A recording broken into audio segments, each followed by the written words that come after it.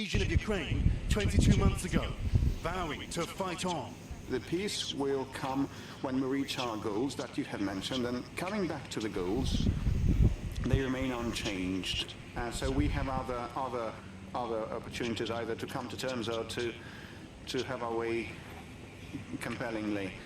An embattled President Zelensky in Europe for talks over money and support after meeting President Biden earlier this week and failing to persuade Congress to approve billions more for Ukraine.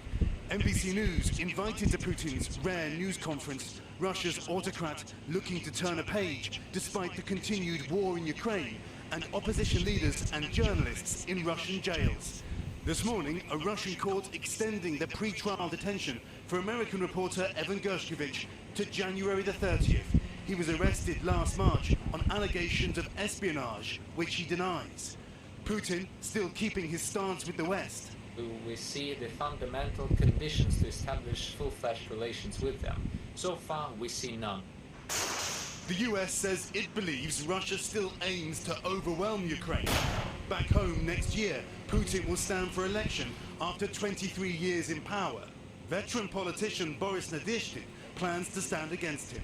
He opposed Russia's so-called special military operation and openly says it's time to move on. It's dead end. Dead end. Ukraine's frozen conflict feels far from Moscow's snow-covered streets, where Russians are in holiday mood. Its wartime economy growing despite sanctions. Russian versions of stores have replaced Western brands. Reebok is now Sneakerbox, Starbucks, Stars Coffee, Timberland now Bootswood. Many people now concerned more about life back home than on the front line, while Putin appears undaunted.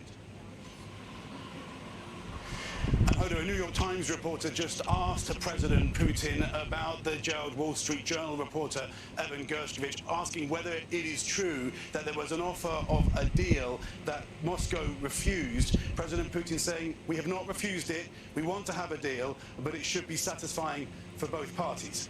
Hoda? Right. Keir Simmons forced there in Russia. Keir, thank you.